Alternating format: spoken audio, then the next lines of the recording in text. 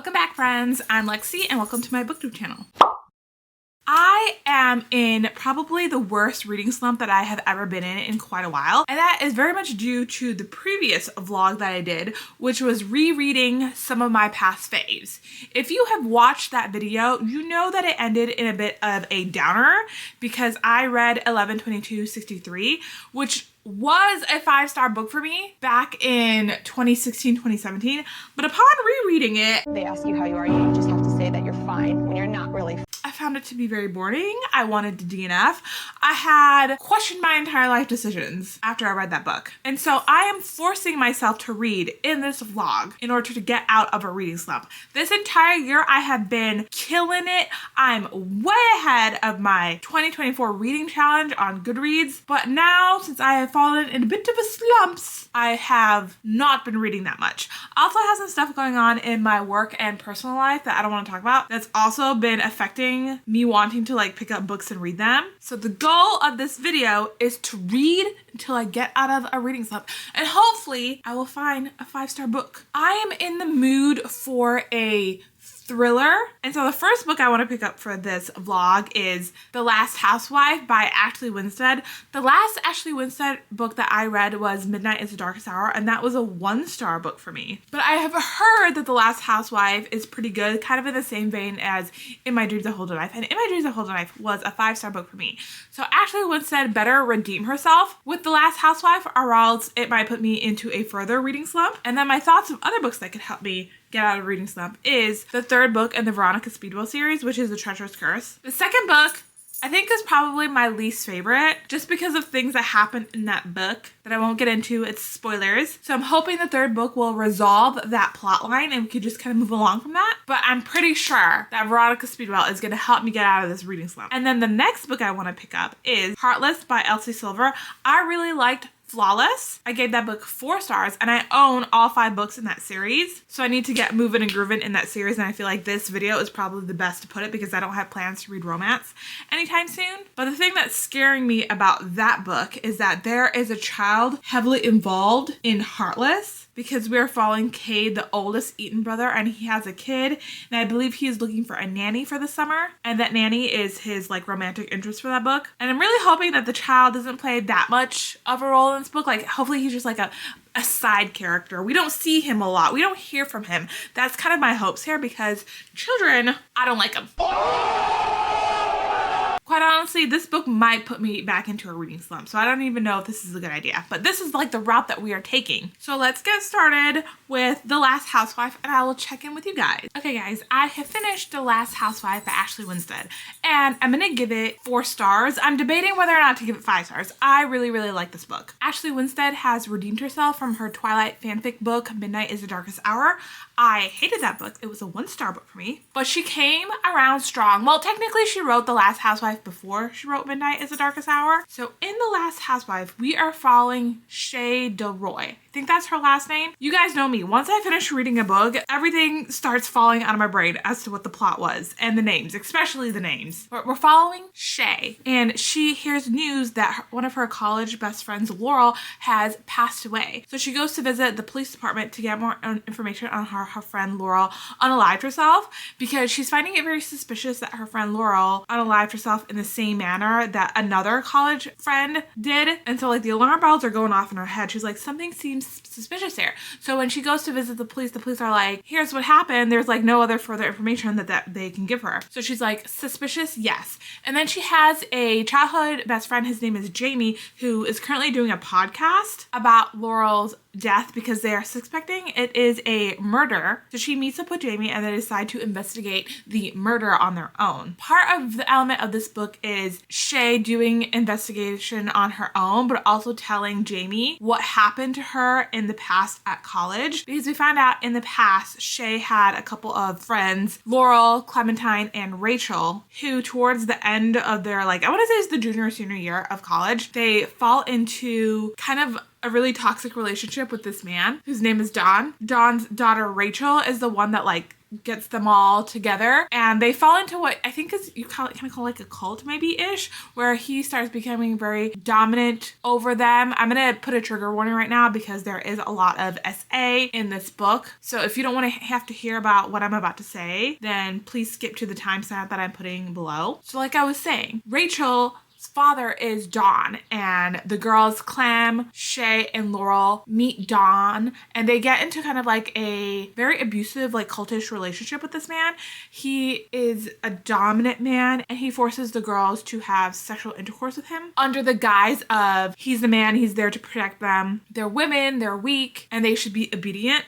Like, it's definitely like when I say it that way, it's definitely like, why would these girls want to get in a relationship with this man and get into this cult? But the way that like Dawn introduces it to them and the way that Shay explains it's like very slowly, kind of like the frog in the pot analogy, where he like brings these concepts to them very slowly so then they can kind of make it make sense in their mind before he takes it to the next level. But then something happens that I forget that kind of like wakes them all up, and they leave him, and then Clementine, she unalives herself, and that's what really causes them to like splinter and break. And then flashing forward to the present right now, because they're investigating Laurel's death, Shay falls into kind of like this sex club cult thing because she believes that Dawn has something to do with Laurel's death. This book had Ashley Winston's typical writing style of romantic suspense between Shay and Jamie as they're doing their investigation journalism. And that's a part of her writing that I really like. That was very much evident in My Dreams of Hold a Knife, and that was like my favorite part of that book. And also, I guess you could say that was my favorite part of Midnight is the Darkest Hour, but Midnight is the Darkest Hour had so many problems with it.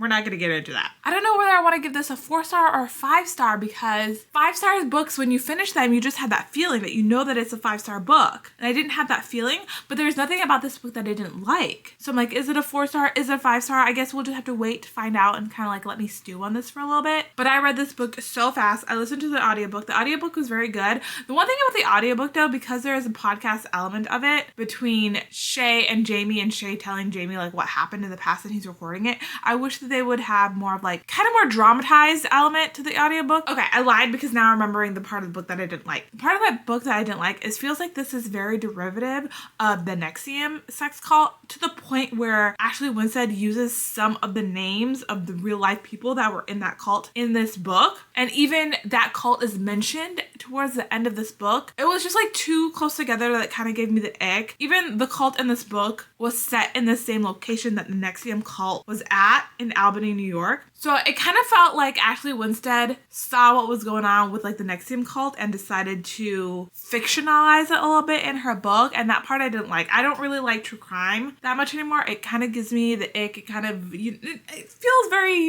ethically questionable.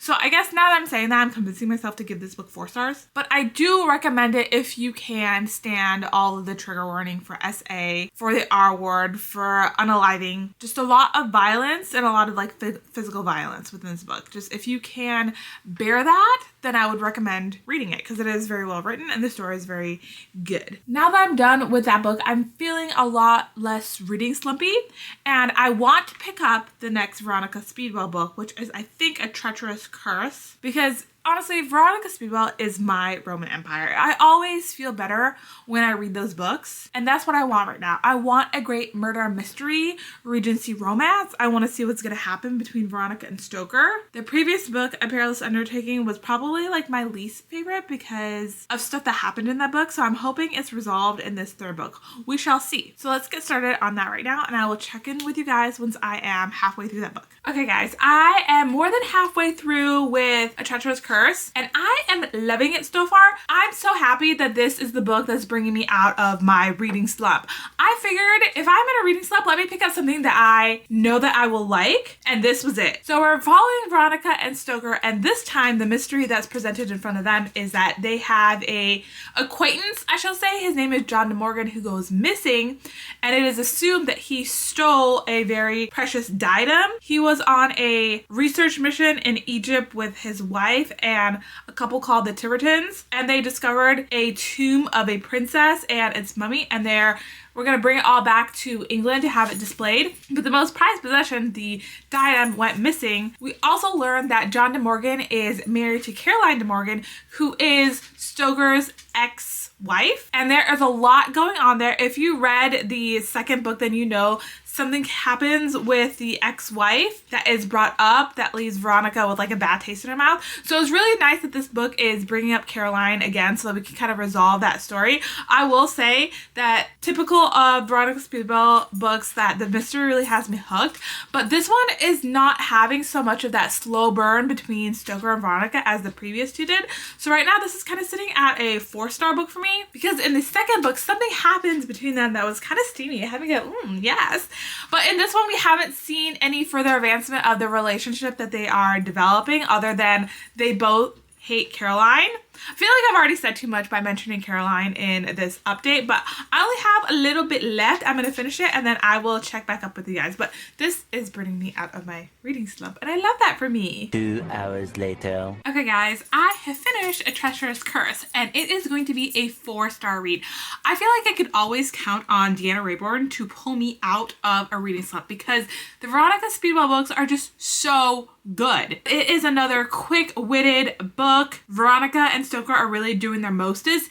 This one's gonna be a 4-star only because I feel like the relationship or the romance between Veronica and Stoker in book 2, something happened between two of them that led to a misunderstanding from Veronica's end, and I was expecting this book to kind of resolve that, but what it did is that it continued that miscommunication that I would have rather seen resolved. But this book was still really, really good. That last page of this book had me going, huh? What? What do you mean? And I immediately wanted to pick up the 4th book, but I decided not to do that. I feel like with the series, I really need to pace myself and to give some time to pass between the last one that I read. So I probably won't pick up the 4th book for another couple weeks, but it is my goal to finish this series this year. I am going to pick up a 3rd book for this Getting Out of Reading Slump vlog. Not sure what that 3rd book is going to be quite yet. Let me hum and haw over it and then I'll check in with you guys once I decide what book I'm gonna read. Guys, don't judge my appearance. I just took a shower and the lighting in here is looking really bad, but I gotta give you this update. I am halfway through Heartless by Elsie Silver, and I gotta say, what I have feared to happen has come to pass. Unfortunately, I am not exactly loving this. My issues are 2 things. So this book is following Cade, which is the oldest brother of the Eaton clan, and he is a single dad. And I knew that going into this book that there was a child involved in here, and as you know, I do not like children. And I was kind of hoping that the child presence wasn't going to be that present in this book, if that makes sense. But the child is very much involved in the story. And I just don't like the kid. I would like to yeet the kid right out of this book. Besides the kid aspect, I've realized that Elsie Silver does this thing in her writing that I find very annoying. She did this in Flawless too, so when the guy is looking at the girl that he's attracted to, she has to write in there like, my dick twitches when I look at her. And I'm like, sir, your dick is twitching at the most inopportune times, at the most unromantic moments. I understand that the dick is gonna do what it's gonna do in times of arousal, but that doesn't mean I wanna read about it. I will say I got to the part where Willa and Cade kissed for the first time, and it was so good. It was so hot. But halfway through the book, I expect you guys to like get together at this point, and they're still not together. It kind of feels like he's humming and hawing over it, and she's very much like, let's do this. Right now, this is sitting at a 3-star for me. So we're just gonna have to see how they get together, how the sex scenes are written, and what kind of 3rd act miscommunication goes on in this romance novel, because you know it's gonna happen. I'll check up with you guys once I am done with this book. Good morning, guys. I am about 75% of the way done with this book, and if I'm being completely honest, I'm not loving it. Let's rewind for a little bit because I don't think I fully explained what this book is about. So we are following Cade, and then we are following Willa, who is Summer's best friend from the previous book. Cade has a nanny who's just a little bit too old and not able to keep up with his son Luke, who is 5 years old. So he decides it's time to hire a new nanny, and he's been interviewing a lot of women, but his concern is he doesn't want to hire someone who's just gonna hit on him for the entire summer. So Willa's friend Summer decides to put Willa forth as a candidate. Cade and Willa met, I think it's at a coffee shop, and she reaches into her bag to pay the cashier, but a pair of her panties fall out. And when Cade sees Willa, he's immediately attracted to her. And that feeling is mutual. They are both attracted to each other. So when Summer tells Cade he has a friend that could nanny for this summer, Cade's okay, like, let's bring her over. Let's see, you know, if she's gonna be a right fit. And that's when he is surprised to have met Willa, because she is the panty lady to him. But he gives her like a trial run with Luke and they really hit it off. So he decides, you know what, let's have her be the nanny for the summer. Normally within nanny romances, I kind of have a problem because it kind of turns like the man just wants a mom in his house to cook and clean for him. But that's not the case. Cade is very much like, don't do the dishes, don't cook, don't do the laundry. He's like, I'm gonna take care of all of it. He just really wants someone to take care of Luke for the summer. But they are very attracted to each other, and they have one night when they are in a hot tub where things get a little spicy and they play a game of truth or dare. And in that game of truth or dare, they kind of reveal some things about themselves. My issue with this book is Luke is more of a main character than I wanted him to be. I don't like kids in my books. And unfortunately, because Luke is such a huge part of this book, I'm not loving that. Also, I just want to share a little bit of spoilers here because I need to talk about it, and it'll just tell you a little bit more why I don't like the book. Like, I'm okay with graphic sex scenes, like, that's fine. The thing that annoys me is that he keeps calling her baby. I am not a fan of that. Like, I'm okay with pet names like Honey or Hunter, whatever, or even baby, but he's so overusing it. Like, once they get together, he stops calling her by her first name. Like, Willa doesn't exist anymore. It's just baby. And I find that to be so annoying. And also when they have sex for the first time, he doesn't have a condom. He's like, oh, I have probably a really expired one in my wallet that we can use. And Willa's like, no, I'm on the pill, it'll be fine. Normally when someone in the book is like, yeah, let's have sex without a condom, but I'm on some form of birth control, that's my trigger, my red flag to be like, oh, there's a surprise baby coming. And if there is a surprise baby coming in this book, I'm gonna be so pissed. This book is not just giving me one child, I think it's gonna give me 2 kids. And because I'm so close to the end, like so close to the end, and there hasn't been like a third act miscommunication, I feel like a surprise baby is what's probably gonna be the miscommunication or the thing that drives them apart, that eventually brings them together. So I am annoyed by that. And if that is the case, this book is going to get 2 stars. And I know that the other previous books down the line, there are very minimal children involved in that. And so I'm going to continue on with the series with the hopes that we're not going to bring up kids again. Honey, you've got a big storm coming. But I feel like I just need to get through this one. So I'm going to check in with you guys once I am done with this book. Okay guys, I know I said I would check in with you guys when I was done with Heartless. However, every single time I looked at Heartless, I just became unmotivated to read. So therefore, I did not read that yesterday. Instead, I decided to pick up A Dangerous Collaboration, the 4th book in the Veronica Speedwell series. I know we started off this vlog reading Veronica Speedwell, but this is just the book that brings me out of reading slump. This book just gets me. It slaps so hard. I know I said when I read A Treacherous Curse, I think that was the 3rd book, that a lot of development between Veronica Stoker wasn't made, but this book feels like Deanna Raybourn listened to the fans because she gave us what we wanted. I read this in one sitting. I feel like I blacked out. I didn't know where I was. I did not know the time, the day, the universe. No idea.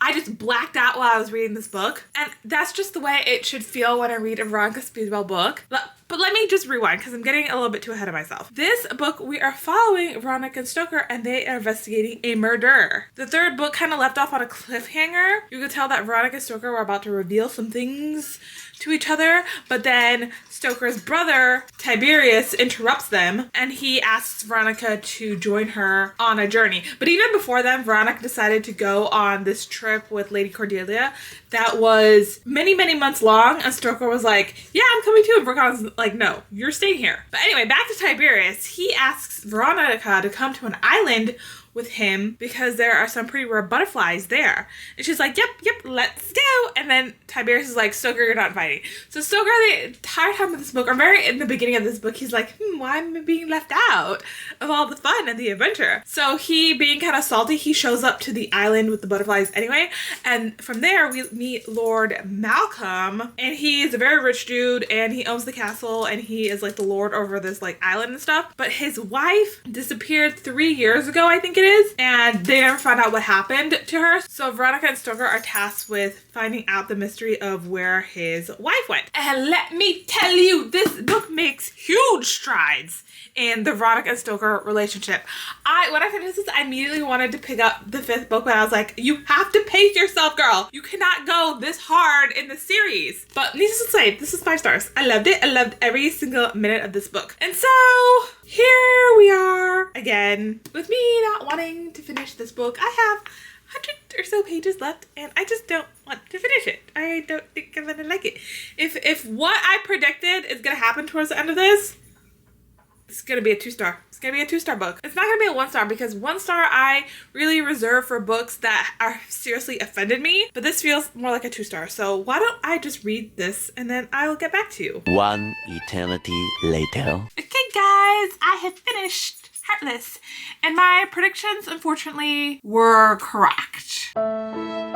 I did not like the ending of this book. It just introduced what I didn't want to have happen. And I feel like I can't talk about the ending of this book without giving spoilers, so I'm just going to give spoilers here. So Cade, he gets into like a minor accident where he breaks some fingers and he has to go to the hospital.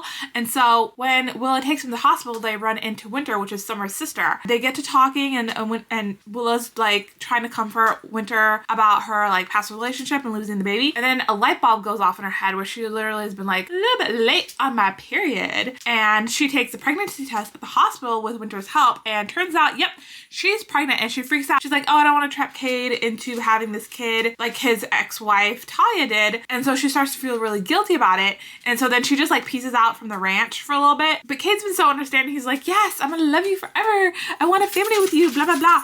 And she's like, no, I don't want to be another burden to you, I want to give you options about what we could do.